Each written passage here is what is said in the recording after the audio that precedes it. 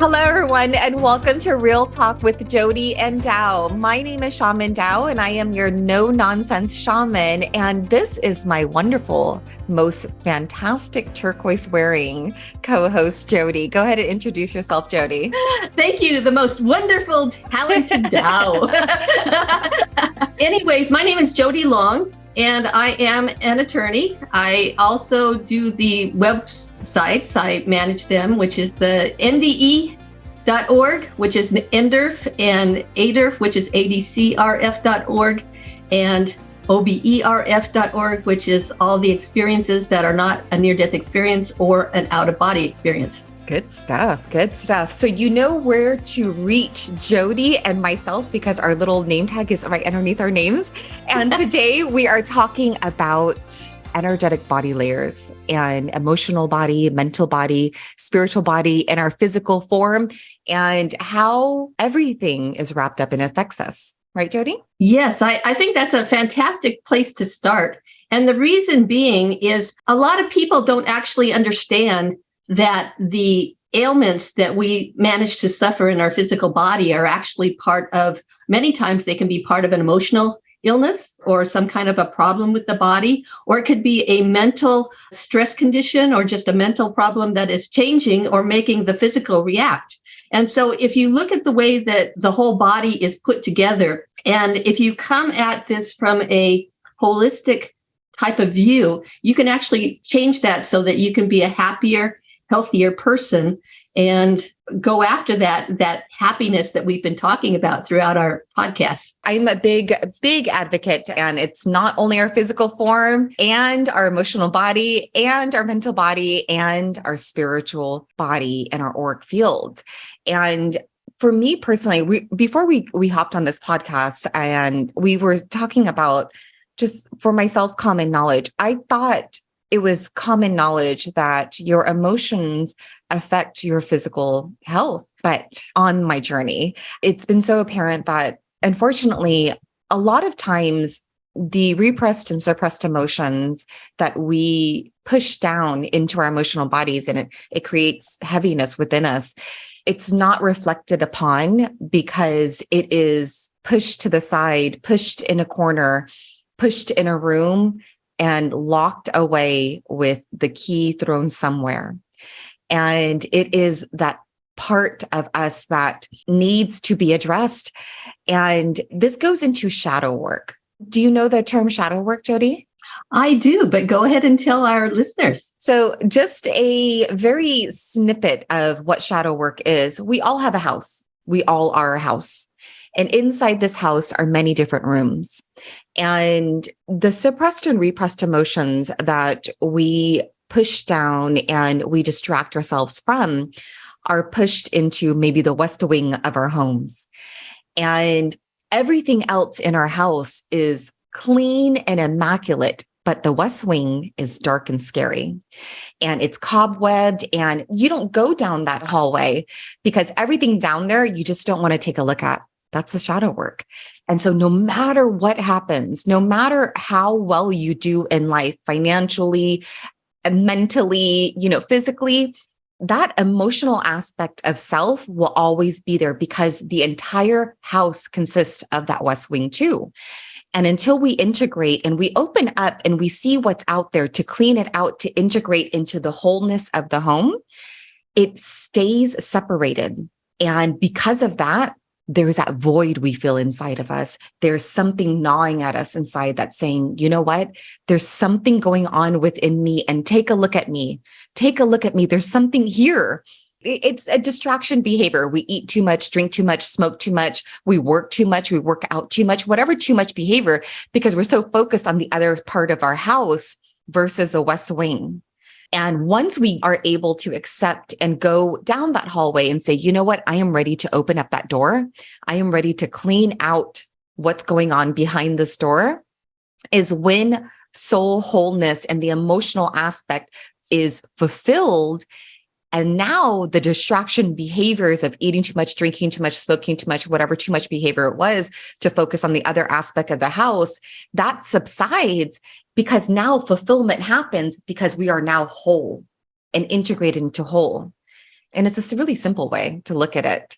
But most people have this West Wing. I had the West Wing. I had the West Wing and it was tucked away and it was far, far tucked away.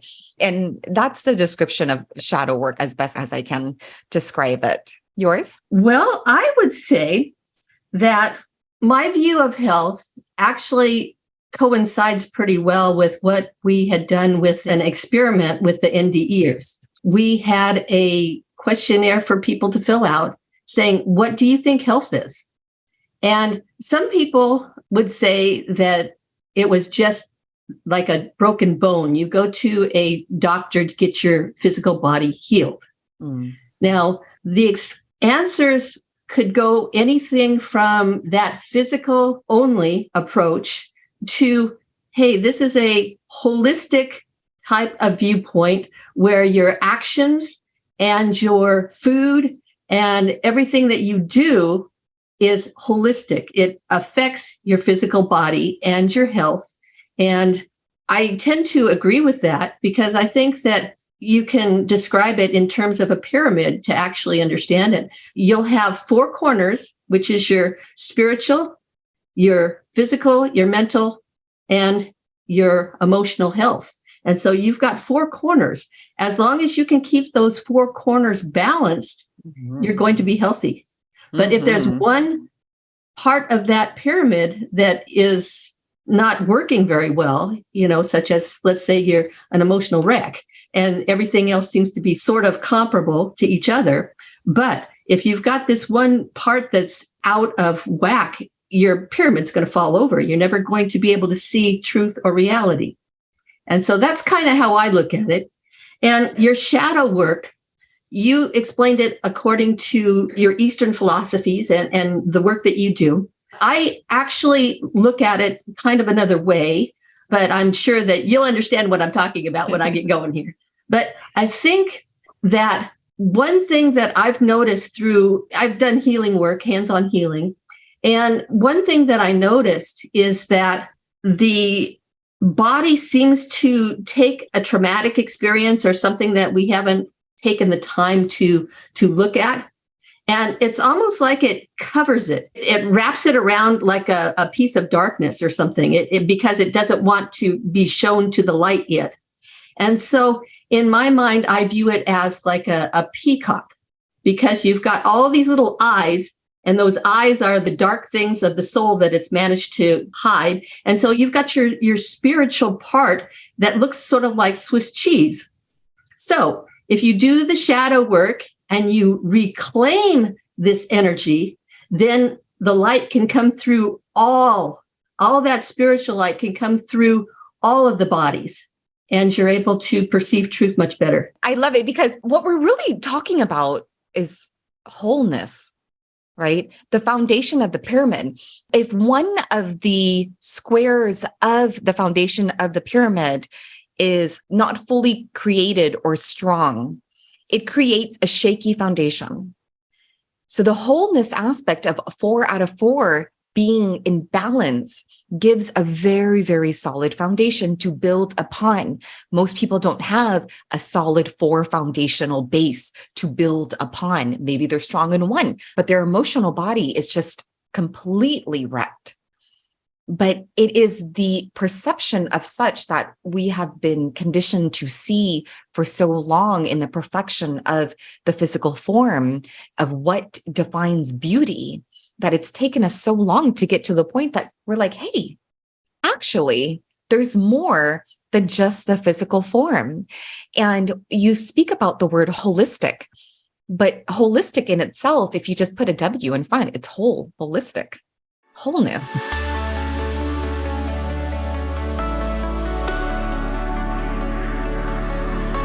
There's so many people that don't even believe in the soul or a spirit or energy layers. And they are so focused on the physical form. But I always ask questions, as you know, and you always ask questions. And I always ask questions about if this is possible, but what about this? This has to be possible. If I feel this way and there's things that happen like this, why can't it be like this? So in the physical form, in this natural world, there's always a counterpart into the supernatural, which is the hidden world. And it's a beautiful topic, and it comes in waves. And mental health started being more focused on within the last, I would say, like 4 years, 5 years. And I think to myself, just get to the root. It's emotional health. Just get to the root. And the mental body is still connected to the brain, and it's a beautiful thing. It's all connected. But I love efficiency and effectiveness and going to the root cause of whatever the illness is of a person is my job. This happened to my mom a couple of days ago. She and my dad just got off a cruise and they have a cough and they were sick.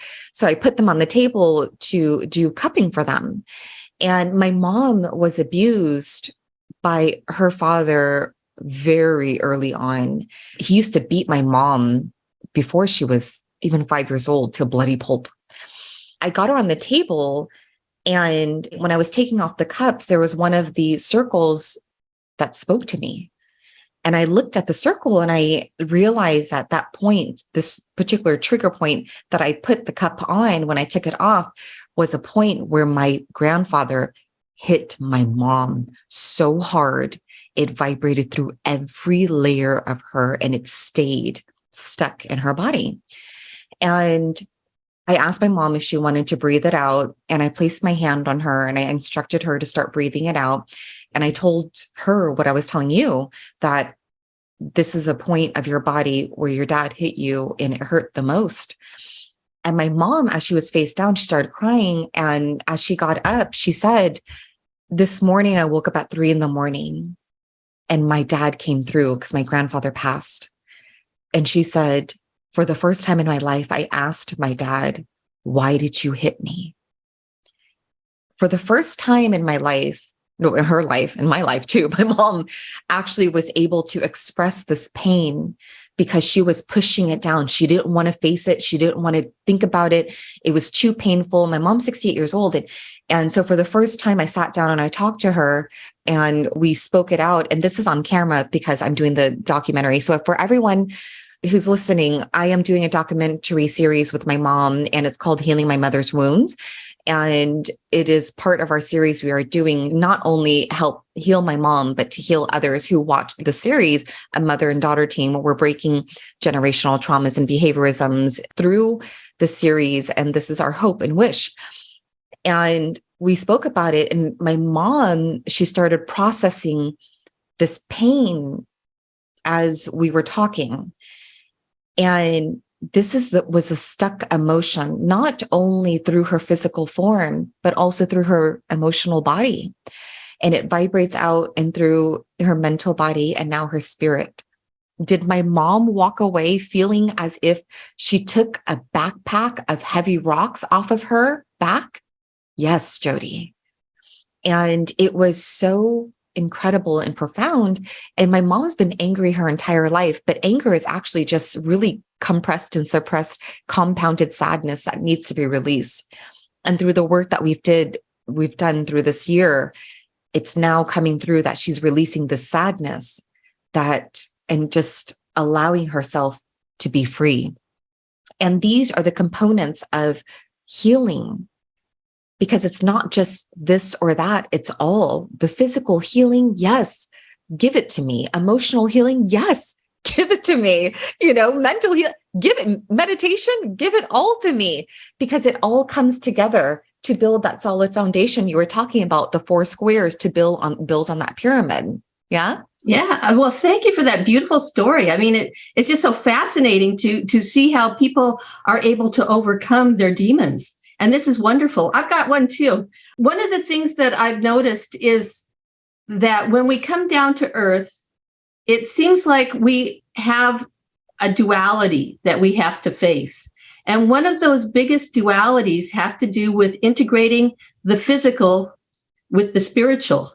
So you're going through this physical body, which is the mental, emotional, and the physical. And then you're going through and you're learning what it is to become divine. And I think that the mental body is probably one of them that's overlooked in how it can connect you with the spirit. You can take having rational thought, you are able to control your emotions and to be able to utilize them and to help them to release the pain and to be able to learn more about love. And then by doing that, you're able to connect with the spirit. One of the more interesting things that I've seen with the mental body, my sister, she had fibromyalgia. It was really, really bad for her. And she had it since she was a teenager. And I always felt so sorry for her because it was so bad. It would just totally debilitate her. And one day she decided she was going to talk to God. And she was actually yelling, "Why did you do this? Release it." What was interesting is she was at like a total tipping point, a total surrender point. And she was able to totally get rid of that pain just by going to God, to spirit, which, this anger and this emotion that had been held in her shoulder, and to be able to go to God and say, "Hey, what can we do about this?" And she was so angry. She was like, "I am ready to just give it up.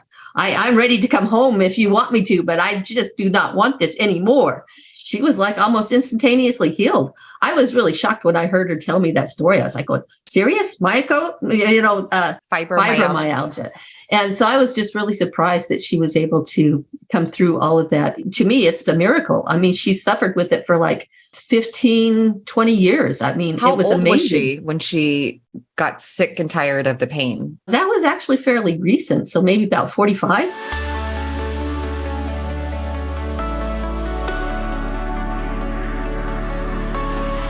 It goes back into this point I had recently, especially about like maybe a couple months ago. And I really dialed it down in regards to, you got to be so sick of whatever you're dealing with that you want the change. The moment of surrender to choose, I feel, is the moment when somebody is like ready to move forward in some type of degree.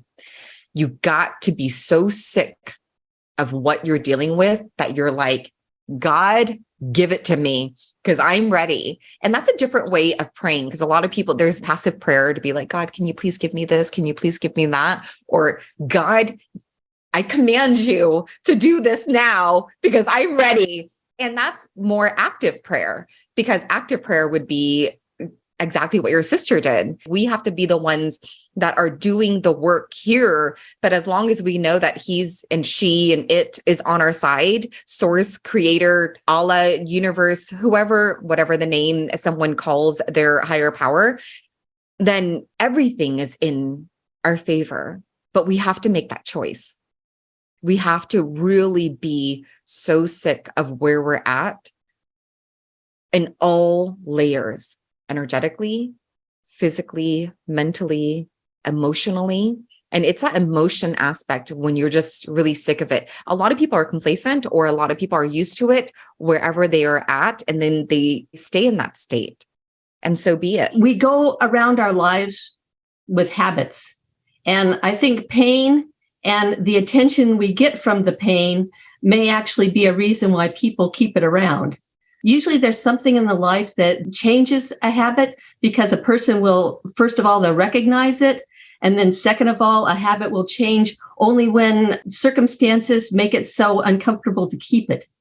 And so then people will take notice and they will actively make a change, because that's the way a habit works. Mm-hmm. And so that is a part of healing. But I found that something really strange when I was first starting my journey on hands-on healing is one time I had my hands out and I was doing the Reiki, and I had a person and I was working on their knee. But what was really strange about it, they said, "Yeah, I got a pain right there." And I said, "Okay, well, let's just see what's going." And I was just doing strictly energy work, trying to remove that pain and trying to, if there was a blockage, to move it.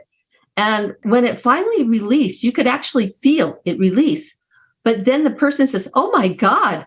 And they told me about their memory of something that had happened within their family. And they had stored that memory in their knee. Mm-hmm. And you're like going, well, how does that work? I mean, everybody told me that my memory up here is where all those types of things are stored. But I don't think so. I think when you're talking about healing, that you can store it anywhere in your body. And then later on, I realized that people will also store these memories in their spiritual body. They might actually be working on a prior lifetime from their spiritual body. I think a lot of times these types of things can be carried in the DNA of the person. So they'll bring it physically. And I don't know if it's just a tendency or a characteristic that comes through in the DNA, or if it's an actual memory. Maybe a person can go through the DNA and hook up to the spirit and find that memory up here. Or maybe it's just a direct thing where a person can just go directly to their oversoul and say, hey, what's going on? I don't know. There's so many different ways. There's so many different avenues. And so in regards to healing, right now, somatic healing, EFT, emotional freedom technique, and breath work, huge trending right now. And the common sutra, the common thread between these three is a releasement of stored trauma within the physical form.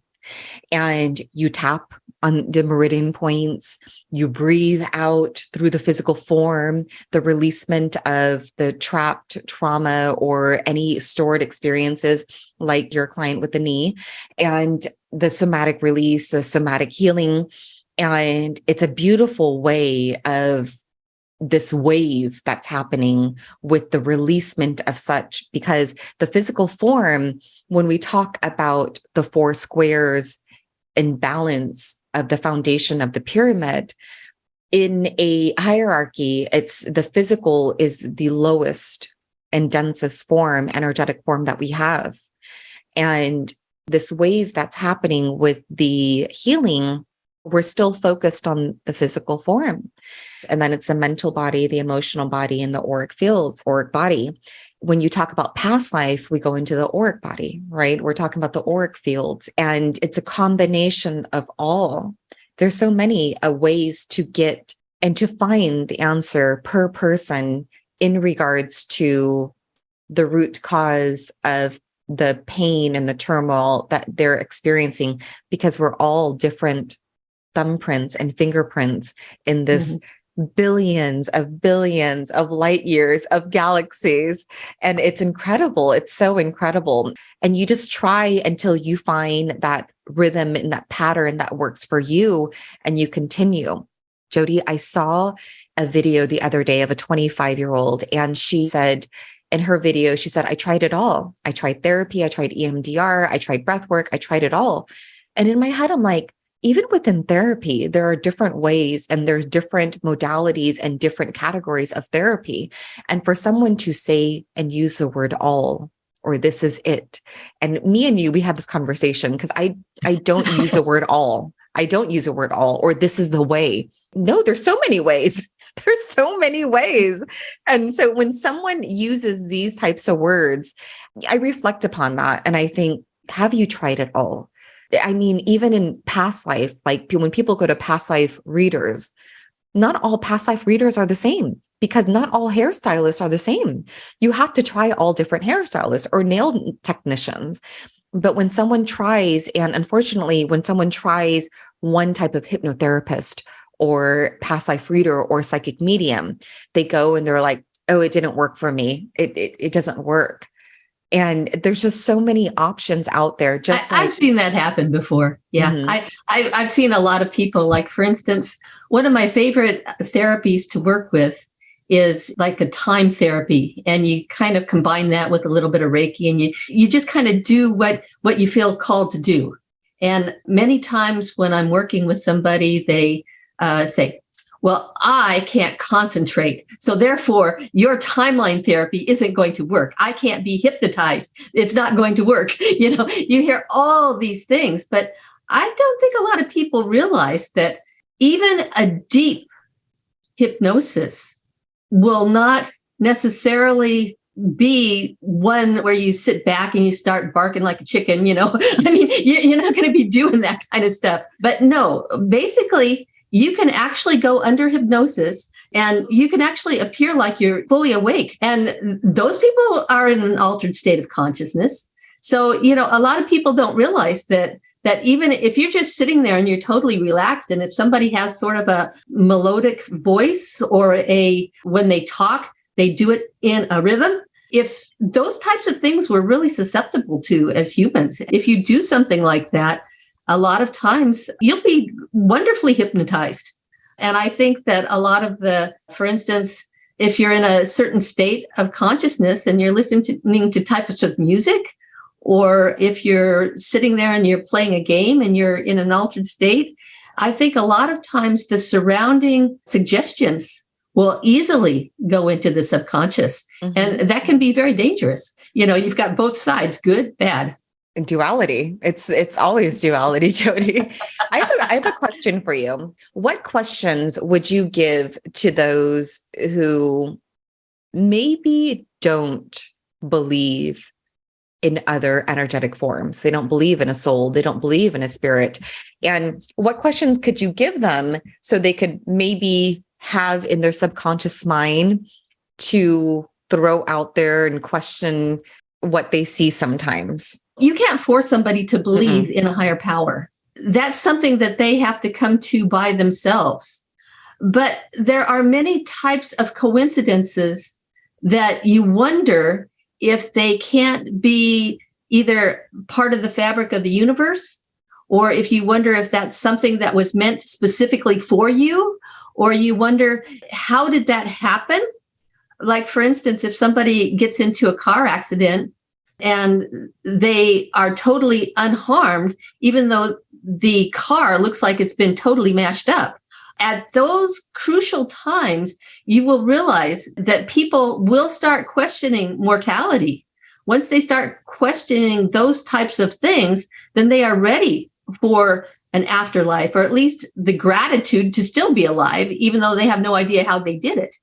So I don't know what you can say to people who don't believe in an afterlife, but even a subconscious, maybe just say you'll start to notice things that are outside of your physical body, just something. It was something that came up in my mind when you were speaking, and I was like, I'm just going to throw that out there and see. Oh, you did. You threw it well. Jody, do you have anything else to share for our beautiful audience in regards to the 4 balance layers of these energy forms and bodies? If people are able to come together and say, okay, let me get my mental house in order, my emotional house in order, my physical and my spiritual. If you can get all of that in order, you're going to find happiness, and you're going to feel comfortable. You're going to feel balanced. You won't feel threats from things outside of yourself or from inside of yourself. You're going to be comfortable and you're going to be strong. And I think when it comes to living life on Earth, I think you really do have to stretch for that happiness moment. And it involves not just 1 or 2 things. You really got to be balanced. I love it. I love it. Well, thank you so much, everyone, for joining us. And we will see you next week.